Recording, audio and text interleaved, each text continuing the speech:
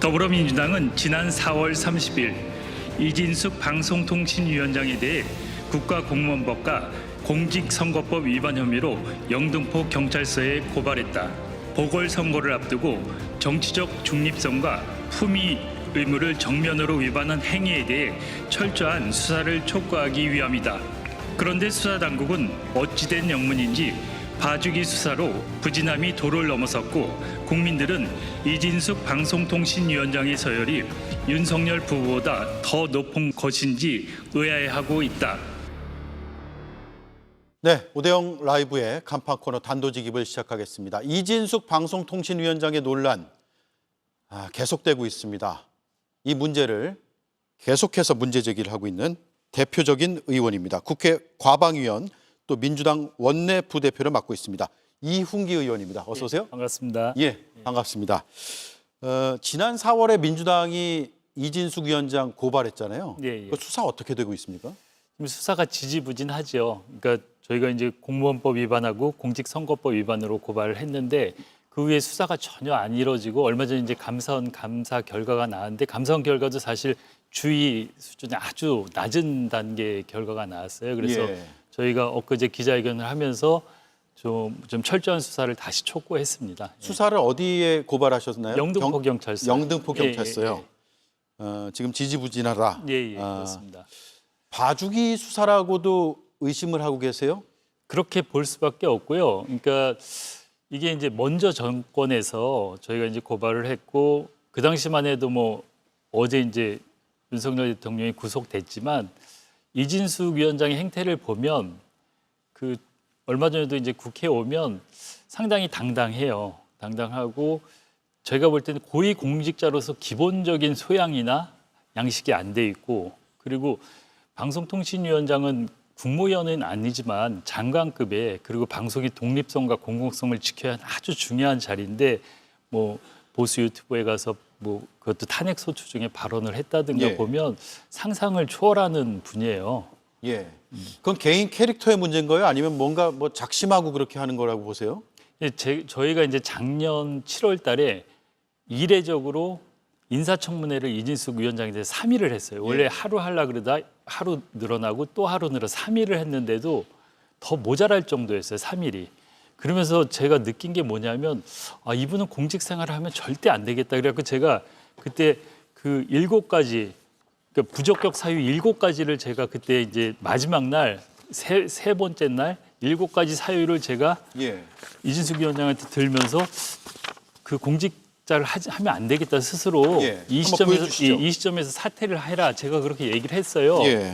근데 지금 이렇게 준비를 하셨네요. 1년이 지났지 않습니까? 근데 그때 사퇴를 했어야지 방송통신위원회도 완전히 방송통신위원회가 망가졌거든요. 1년 동안.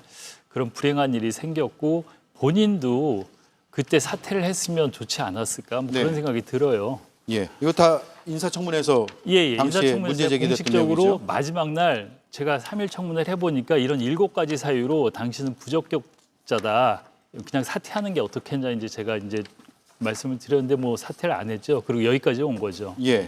지금 공무원 중립 의무 위반에 대한 문제점들이 많이 부각이 되고 있고 자기 정치를 하고 있는 게 아닌가라는 정치권에서의 의심은 있는 것 같아요. 맞습니다. 좀 더 구체적으로는 내년 지방선거의 출마를 위해서 정권에 맞서는 듯한 모습을 부각시키려는 것 아니냐? 이게 의심이죠. 탄핵 소추 중에 보수 유튜브에 이제 출연을 해갖고 내가 보수의 여전사다 주변 이제 패널들이 그러니까 같이 뭐 건배를 하고 고맙습니다 이런 얘기를 하고 그리고 민주당에 대해서도 대놓고 문제가 있다고 발언을 하고 그걸 보면서 저는 이분은 다음에 정치하려고 작정을 하고 대놓고 하는구나. 그게 그러고 탄핵 소추 중이잖아요. 정말 반성을 하고 왜 탄핵 당했는지에 대해서 고민도 하고 탄핵을 준비해야 될 시기인데 그런 유튜브에 나가서 버젓이 그것도 아까 말씀드렸지만 방송의 독립성과 공정성을 지켜야 할 방송통신위원장이 그런 얘기를 한다는 것 그런 방송통신위원장이 어떻게 방송의 공공성과 독립성을 지킬 수 있겠습니까? 편향된 시각을 갖고 있는데. 다음 주부터는 이제 국무회의에서는 배제되는 것으로 어제 대통령실에서 발표를 했고요. 국무위원은 아니니까 당연히 뭐 배제하면은 못 들어오는 거죠. 내년 8월까지 임기다라고 본인이 어제도 네. 밝혔어요. 즉 법률상으로만 보면 임기 2년은 다 채우는 것이 맞는 것이고 어떻게 되는 겁니까 그러면 앞으로? 그러니까 법률상으로는 그런데 그 지금 이진숙 위원장이 법인카드 유용으로 수사받는 게 있고 그리고 이번에 이제 공직선거법 위반도 지금 고발이 들어가서 이제 본격적 수사를 할 텐데 예. 여기에서 저는 많은 게 드러날 것이라고 보고 있습니다. 그리고 그 먼저 좋은 예가 아니었는데 한상혁 방통위원장이 그 먼저 윤석열 정권이 들어서고 뭐 찍어내기식으로 나갔는데 그때 그 TV조선 제어가 건 아직 지금 예, 수사 중인데 맞아요. 그 건으로 면직이 됐어요. 그러니까 기소가 됐기 때문에 면직을 시킨다 해서 면직을 시켰거든요. 근데 이진숙 위원장은 이 아까 공무원법이나 공직선거법 위반 그리고 법화 유용 의혹은 훨씬 크거든요. 그걸로 기소가 되면 전례를 볼 때 직에서 면직되거나 내려와야 되거든요. 예. 그래서 저는 8월까지 직을 유지할 수 있을까 이제 그런 생각이 들고 또 하나는 국민들의 정서를 보면 우리 국민들이 윤석열 어제 이제 구속된 대통령 이상으로 싫어하는 사람이 김건희 여사고 그 다음이 저는 이진숙 방통위원장이라고 봐요. 국민들이 아주 비호감이고 아주 싫어하는 이미지예요. 그래서 저는 어떤 국민들의 정서상도 버티기 힘들지 않을까. 예. 예. 그리고 또 많은 게 바뀌어 가잖아요. 지금 3특검이 운영이 되면서 여러 가지가 드러나고 그동안은 먼저 정권에 대한 약간의 어떤 힘이라든가 그 가능성을 갖고 버텼는데 예. 저는 이제는 쉽지 않지 않겠나. 국민 정서나 법적으로나. 예. 재탄핵 추진 가능성도 있어요? 저는 그럴 가치도 없다고 봅니다. 이진숙 위원장을 다 재탄핵한다? 그럴 가치도 없고 일단 그 여러 가지 수사가 이루어지니까 그 측면에서 저는 결론이 나지 않을까 싶습니다. 예. 자, 그런데 이런 의견도 있어요. 물론 다수의 의견인지 아닌지는 좀 모르겠습니다만 봐야 될 부분이죠. 이진숙 방통위원장이 이 정치적인 앞으로의 행보를 위해서 자꾸 이제 대통령과 이 각을 세우는 듯한 모습을 부각하는데 그걸 비판하면 비판할수록 오히려 도리어 이진숙 위원장의 체급을 키워주는 게 아니냐. 맞는 말씀인 것 그런 같습니다. 우려도 당내에서 예, 있죠. 예. 그리고 이제 저희가 청문회도 하고 과방위에도 출석을 많이 했는데 질의를 안 해도 막 얘기를 해요. 예. 그리고 자기가 하고 싶은 얘기를 하고 자꾸 이렇게 갈등을 만들고 뭔가 이렇게 관심을 불러일으키려고 하고 근데 대통령 국무회에서 대통령한테 얘기하는 것도 똑같은 거라고 봅니다. 그리고 본인은 과거에도 뭐 대구시장 출마했었고 다음 지방선거나 뭐 어떤 선출직 선거에 나갈 거라고 생각이 드는데 저는 지금 뭐 어제 윤석열도 구속이 됐고 지금 국민의힘 분위기에서 과연 이진숙 같은 사람을 받아주고 정치인으로 앞으로 하게 할까? 거기에 대해서 의문이에요. 그래서 저는 갈 데가 없을 거라고 생각해요. 이진숙은 앞으로. 예. 예. 자, 그리고 이재명 대통령이 대선 때 방통위 설치법 전면 개정을 공약을 했잖아요. 예, 예. 이건 지금 국정기획위원회에서 다루고 예. 있는 건가요? 그렇죠. 과방위 차원에서는 하지 않고요. 예. 그러니까 제가 민주당이 이제 그 당대표 특위가 있어요. 예. 방송 콘텐츠 특위 위원장인데 거기서도 이제 그런 국정과제를 몇 개월간 정리해서 국정기획위원회에 보냈어요. 얼마 전에. 이제 거기에도 그런 과제가 있는데 뭐냐면 지금 이제 방송통신위원회가 그 최근 이진숙 영당 때도 그렇고 윤석열 정권에서 완전히 망가졌거든요. 그래서 방송통신위원회를 그대로 둘 건지 위상을 더 강화할 건지 약화할 건지 이런 문제가 하나 있고 그리고 지금 방송 콘텐츠화 규제가 방송통신위원회, 과기정통부, 문화체육부로 삼원화돼 있어요. 그래서 되게 비효율적으로 운영이 되고 있거든요. 그리고 지금 대통령이 K 콘텐츠가 핵심이고 K 콘텐츠의 중심은 원래 방송 영상 콘텐츠라고 생각을 하시는데 이게 잘 진행이 안 되고 있어요. 그래서 예. 이런 큰 틀에서 지금 정부 조직 개편이 국정기획위원회에서도 논의되고 있고 심도 있게 검토가 되고 있는데 그 틀에서 방통위가 어떻게 될지도 결정이 될 것 같습니다. 예. 방통위라는 이름을 안 쓸 가능성도 있네요. 그럴 수도 있죠. 그러니까 저희 이제 특위에서도 3개안을 냈어요.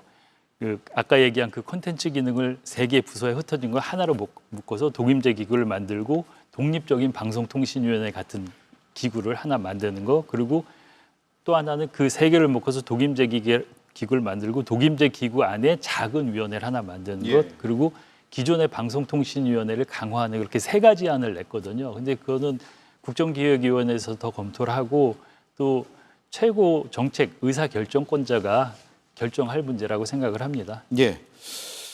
또 하나는 언론 개혁이라는 예. 표어를 많은 대중들이 요구하고 있고 예.